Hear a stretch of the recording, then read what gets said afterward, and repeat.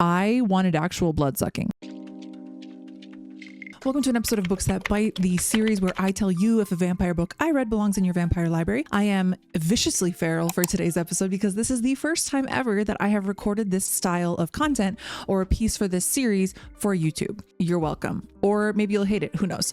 Essentially, I am obsessed with vampires. My love of vampires is immortal, like vampires. And I've been doing this series in short form for about the last year, where I basically am just doing recaps of the vampire books that I read, because one of the areas of my library I'm trying to build up are vampire related books because I love vampires. So I have been devouring vampire books this year on a mission to go through that series and build up my library. And so I thought for today, for our first episode for YouTube, we would get into basically an overview of all the books that I read. So we're going to start with the ones that didn't suck. Pun viciously intended. Then we'll go over some that did suck, not in the fun way. And then we'll wrap up with kind of my priority TBR. So I do have some books in the lineup that I'm eager to read. I try to stagger it to just a couple of vampire books a month so that I can kind of continue to create these videos throughout the year. So yeah, that is the goal of today. Hope you're thirsty. Sorry, last pun, I promise. Oh, don't hold me to that. Okay. So let's start with the books that didn't suck, the books that I really enjoyed. Now, keep in mind, these are my opinions. Okay. Opinions. We all have them. And that's my favorite thing about reading, is that it's subjective. So if you disagree, that's great. Just don't come for me. Okay. So starting out with a book that it would absolutely be criminal if it was not included, but thankfully for me, I read it this year, and that is Carmilla by Joseph Sheridan Le Fanu. I absolutely love this one. I think the cover is amazing. I also really liked the introduction that was written by Carmen Maria Machado. Really good version. This is the first of many lesbian vampire books on today's list. You're welcome. And really, the reason it is the first book I'm talking about is just because it is wildly influential in vampire genres in general. Not only that, but it also has all of my favorite things about gothic fiction, which is something I've been recently obsessing over. We have everything from isolation, an old decaying castle, supernatural elements. It also created the female vampire archetype. So I think that kind of opened the doors for other morally gray women in horror, which is one of my favorite things. Who doesn't love a morally gray woman? And then it blended horror and romance, right? And I think, talked a lot about desire, and really, the author's point of view of this book is not what I took from the book. And I think that that's always really interesting about reading books that were written in a different time. A quick read, and one that I absolutely 100% believe belongs in your vampire library. So add it to the list, do it. The next is Vampires of El Norte by Isabel Cañas. This is a historical gothic horror set during the Mexican-American War, weaving supernatural elements. We of course have vampires, so weaving that element with the very real horrors of colonialization, displacement, war violence, all of that. There is a subplot of romance that is, honestly, some of you romance authors could really learn from how this horror author writes Yearning, because holy shit, I'm still thinking about the characters in this book. And really the point is that the monsters are never just monsters, right? They're almost always a reflection of something deeper, something scarier, like feelings. I don't know. But yeah, this book is amazing. I loved it. This was 5 stars for me. One of my favorite books that I read this year. Isabel Cañas is obviously, she has 3 books out currently, and I am obsessed. She is, if she writes it, I read it. If she has no fans on this earth, then I am dead. All right, next up is arguably my favorite book of 2025, and that is Hungerstone by Kat Dunn. This is a modern gothic feminist reimagining of Carmilla. Not an exact retelling, so we'll call it a reimagining. And it is set during the Industrial Revolution. So we're following our main character, Lenore. She is trapped in an oppressive marriage and a decaying estate. So again, we have a lot of really beautiful gothic elements, some of my favorite things. I told you there were also a lot of lesbian vampires on this list, so I give you more lesbian vampires. So with the arrival of Carmilla, she's mysterious, she's sexy, she sparks desire, she sparks rebellion, a little bit of horror, right? You gotta have a little, just a little sprinkling, right? We gotta have some horror in there. But really, again, the horror comes from not just the supernatural elements we're talking about, but from both the supernatural pieces and just in general, the suffocation of being a woman in society. I love this book. It explores female rage, which is one of my favorite themes in feminist horror. Repression above all else. Hunger. The whole point of this book, it's called Hungerstone. The whole point is, what do you hunger for?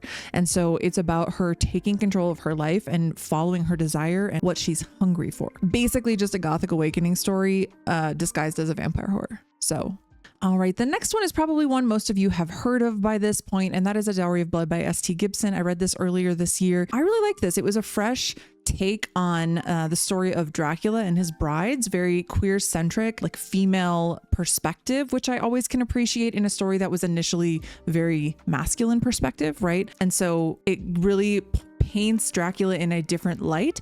The relationship that Dracula's brides have with him, he's toxic, he's abusive, he's narcissistic, controlling, and the worst part of all is that they're immortal. So this is going on over centuries. It spans hundreds of years, which is incredibly hard for my brain to even imagine, because I can't even remember what I ate for breakfast or what I did yesterday, let alone like trying to keep track of 300 years of existence.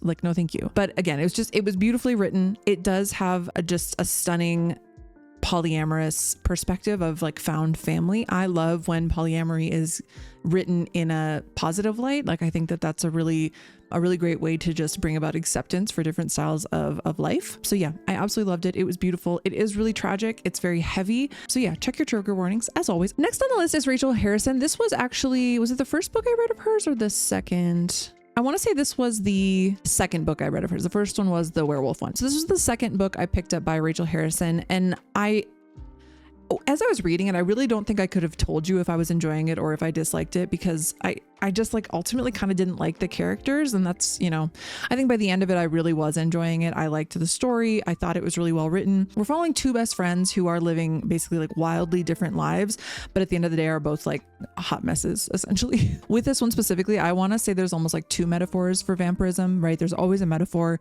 And in this one, vampirism is written as, it's supposed to be similar to like aging, how women become invisible as they are aging. Vampires don't have reflections. So I kind of remember catching that as I was reading the book. And then I think the other element of it is that when the main character and her friend, when what happens to them, it's also a transformation. So she's kind of taking control of her life. Her husband sucks ass. She's super unhappy. He cheats on her nonstop. And so it's kind of her sort of like transforming and taking back control of her life and following her desires again. So kind of like Hungerstone, like, what are you hungry for? You're so thirsty. That sort of thing. So at its core, I also really enjoy when there is some romance, but it is ultimately about women and female friendships. And yeah, this book made me sob at the end, and it's crazy thinking back on it. I'm like, why was I crying so hard? But I just was. So something was like pulling on my strings and pulling on my need for female friendship, because I think that it is integral to a woman's mental health, is just those types of friendships. Okay, the last one, again, I read kind of a lot of like well-known books, so this isn't so much me trying to like call out new books to you, but it is an opportunity for me to just tell you if I think a really popular book was good or not. And so the next one is Bury Our Bones in the Midnight Soil by V.E. Schwab. First things first, more lesbian vampires. Clearly a trend this year for me as a bisexual person. I love reading sapphic romance because I'm married to a man. And so this is, it reminds me of who I am a little bit on the inside. And I think that that's important, right? But this book specifically, it spans multiple perspectives and timelines, really. We have everything from, I want to say it's like the 1500s through modern day Boston. So really spanning a lot of different time. We get three different women, three different vampires perspectives. To me, this is the book that makes immortality look the least appealing. Sometimes you read a vampire book and you're like, oh wow, yeah, turn me, I'm ready for it. No, absolutely not. Like, I just think you get to see specifically one of the characters' sort of like personality and life just sort of like deteriorate over time. And so she kind of like loses her humanity. But yeah, I really enjoyed it. It had me hooked. Like, I read it fairly quickly, and she's a chunky one. So I do recommend it if you have not already picked it up. If you have, let me know what you thought of this. I have kind of seen some mixed reviews, but I think ultimately, lesbian vampires definitely felt very gothic at times. So this was like right up my alley. So also, I lucked out and somehow snagged a signed copy at my Barnes. How does that happen? I do not know. So those are the books that I read this year that were related to vampires that I really, really enjoyed. These are ones I would say like absolutely without a doubt are going to remain on my shelves. Like, these are ones I either read on Kindle and then purchased a trophy, or like I will be keeping them. One of the bad habits I did pick up in the year 2025 is buying a bunch of books based on beautiful covers that ended up being duds. Okay. And so I'm really trying to stop doing that, because I don't need to just own a bunch of books I don't love. So I'm trying to get as many books on Kindle or from the library, Libby, all of these things, I'm trying to get them in that capacity first before I go about purchasing hard copies, because I really want my shelves. I don't want books just for the sake of having books. I want to build a collection of books that are books I will want to reread again, that I'll look at with fond memories, like, oh yeah, that's when we were, there's books that are always associated with memories for me. So there are a few in this stack over here that they got me. Okay, they got me. The first thing I want to say before I go over these is this is no shade to authors. Okay, again, subjectivity is the best part about reading. So if you loved these books, I'm happy for you.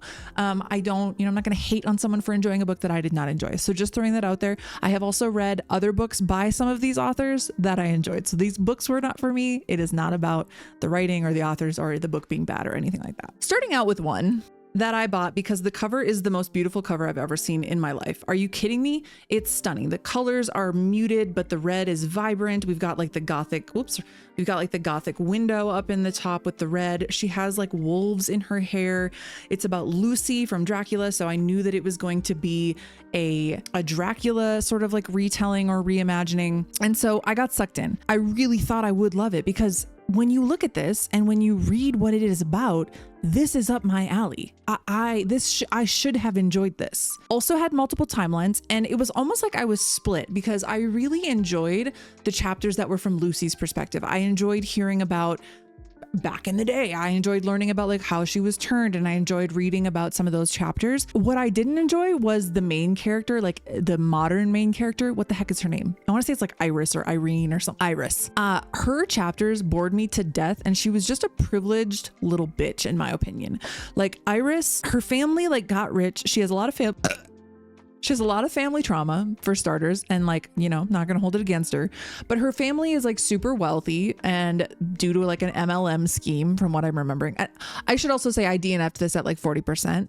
So I'm getting to that, but like that's important for me not remembering the details super well. But her family got super rich. She's just like super, like she's living in one of the mansions. Like she just like really bored me. Every single time I picked this book up, if it was Iris's chapter, I was falling asleep. And so I can't read 50% of the book can't be boring. Like Lucy wasn't enough to keep me going. So I will say this is probably a soft DNF because there's a chance I just needed something a little more action packed for the mood I was in. So that's why I haven't gotten rid of it. Also, the book is really pretty. So like maybe this is just one trophy that stays because it's pretty. Is that stupid? Anyways, maybe we'll give it another try. If you've read this book, if you like this book, convince me in the comments. Like convince me if I'm missing out. Like let me know if I need to power through like 50%. Like maybe I quit too soon.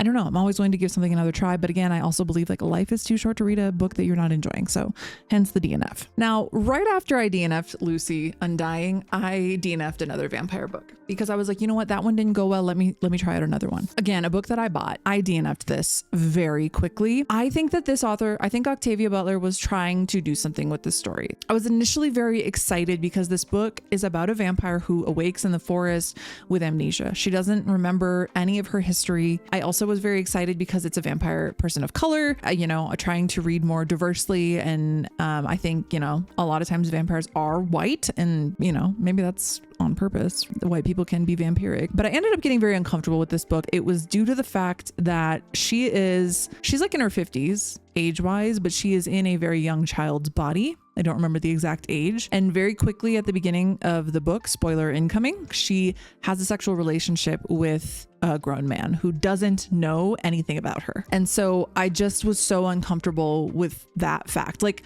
I'm not trying to take her power as a woman who's just unfortunately stuck in a child's body, but it gave me the ick so hard. And there was just no way I was going to be able to like read more about this man. I don't know. And again, maybe this is a good book. I really did like her writing style, and I liked the idea. It was super unique. Like a vampire with amnesia. Yes, please. That sounds so cool. But yeah, I did ultimately DNF it, and I don't foresee myself being able to be convinced to pick it back up. The next on my list of vampire books that did suck is An Education in Malice. I was really eager to read this. It's supposed to be a Carmilla reimagining. Loved the first Carmilla reimagining I read. Why wouldn't I love this one? But honestly, I think the only thing it had in common with Carmilla is someone named Carmilla and vampires. Otherwise, it had nothing to do with Carmilla. And I was bored, and I didn't like the changes that the author made. She does write beautifully. Like she writes like the descriptions of like the dark academia setting. She did that really well. I didn't like the teacher relationship. I also DNF'd this. So like, sorry, I Dowry of Blood. excellent, 5 stars. Did not finish An Education in Malice. So it is what it is. I'm sorry. Why am I so weird? The last one was another one where I got ridiculously sucked in by this absolutely stunning cover. I'm going to put it in the corner here because I read it on Kindle. Actually made a smart decision here instead of buying it. And that is Woman Eating. This, how do I talk about this book? I also DNF'd it. This felt like a book about a vampire who didn't know how to be a vampire, even though she's always been a vampire. She is out on her own. She's trying to make it on her own for the first time. She has mommy issues. Her mom sucks. I guess she's in art school. And I think that's really the plot. That's the plot right there. So she just had she was weird, did some weird stuff. It was like reading someone's like diary, but like nothing exciting was happening. And so I think that style of literature is like for some people, like slow, mundane stories. Some people love that. I wanted actual blood sucking. Like I wanted like I didn't want a vampire like fighting internally with themselves and like, I don't know. It was boring. The audiobook almost saved it for me because I will say the narrator for the audiobook did a tremendous job. Like the only reason I made it as far in that book as I did is because the narrator was really good. So yeah, those are the books that I would say, the vampire books I read this year that sucked. And the crazy thing is, before, when I was putting together my list, I did not even realize that I DNF'd all of them. I did not finish a single one of them. So maybe I'm unfairly rating them or saying that they sucked, but it didn't keep me entertained. So no, those books will not be going in my vampire library. In fact, some of them I will probably keep the S.T. Gibson one because I do really like S.T. Gibson, but like Fledgling, you might be getting donated. Lucy, I'm gonna keep you. Yeah. Okay. So I thought we would wrap up today's video by talking about my priority Vampire TBR. Obviously, I do have a few books that I own hard copies of that I am eager to start reading. I have a few that I'll, plan on getting from the library. So there's pretty much a never-ending amount of vampire books. So rather than going through all of them, I'm going to go over just the ones that are on my priority TBR. I think there are going to be some that surprise you that I haven't already read them, and I will tell you why very quickly. Do I even need to explain this one? Do I need to explain why this is on here? Dracula. As I've mentioned in some of my previous videos, I have been deep diving into Gothic literature. I have this thing where like for the longest time, I didn't think I was smart enough to read books like that, but like classic books. Like I wasn't going to understand it. I don't know where that mindset about myself came, but I am really trying to overcome it. Hence, a few of the Gothic books that I have already read this year. And I have been putting off Dracula because I am terrified to read this, because this feels like, I know Carmilla came before Dracula, but this feels like the origin text to like this huge part of my personality. And I am fearful that I will not enjoy it. And I know it'll be fine if I don't, but I have been putting this off so I make a bingo card every single year of things I want to do. Reading Dracula has been on my bingo card for the past 3 years. We're coming up on the end of 2025. Will I get to it before the end? Maybe not. I might just put it off. So maybe I need some convincing, some hand holding, someone to tell me that I'm probably going to enjoy it. I don't really know, but I do have this stunning copy. The images inside, all of the bats, the back, like it's a really, really beautiful copy. So this one's on here. This is a classic. I must read it. It's got to happen. All right. The next is a kind of fun one. I think that the reason I'm so eager to read this, number one, I've had personal friends say they loved this book. It is really pretty, but it also sounds very unique. So I am eager to read it. I've read one other Grady Hendrix book. It was okay, but I've heard some of his other works are better. So I'm gonna give this one a try. Basically the premise, and let me reread it because it's been a minute. Patricia Campbell's life has never felt smaller. Her husband is a workaholic. Her teenage kids have their own lives. Her senile mother-in-law needs constant care, and she's always a step behind on her endless to-do list. The only thing keeping her sane is her book club, a close-knit group of Charleston women united by their love of true crime. Then James Harris walks into her life during the summer of 1993. He makes her feel things she hasn't felt in years, but when children on the other side of town go missing, Patricia wonders if he's connected. Is he a Brad Pitt, a Bundy, or something worse? So from what I can tell, it just sounds like a group of ladies in the suburbs trying to take out a vampire, and that sounds really unique. I love a unique vampire story. All right, the next one is Blood on Her Tongue. I did once again bought a book because it was pretty, but yeah, bought this. The blood sprayed edges are pretty neat. Gothic, sapphic, again, more lesbians, I think. I might be wrong. Maybe there aren't lesbians. I don't actually know. Maybe I'm just hoping there are. Set in the Netherlands, 1887, Lucy's twin sister Sarah is unwell. She refuses to eat, mumbles nonsensically, and is increasingly obsessed with a centuries-old corpse recently discovered on her husband's grand estate. The doctor has diagnosed her with temporary insanity caused by a fever of the brain. To protect her twin from a terrible fate in a lunatic asylum, Lucy must unravel the mystery surrounding her sister's condition. But it's clear her twin is hiding something. Then again, Lucy is harboring secrets of her own too. Then the worst happens. Sarah's behavior takes a turn for the strange. She becomes angry, ... and hungry.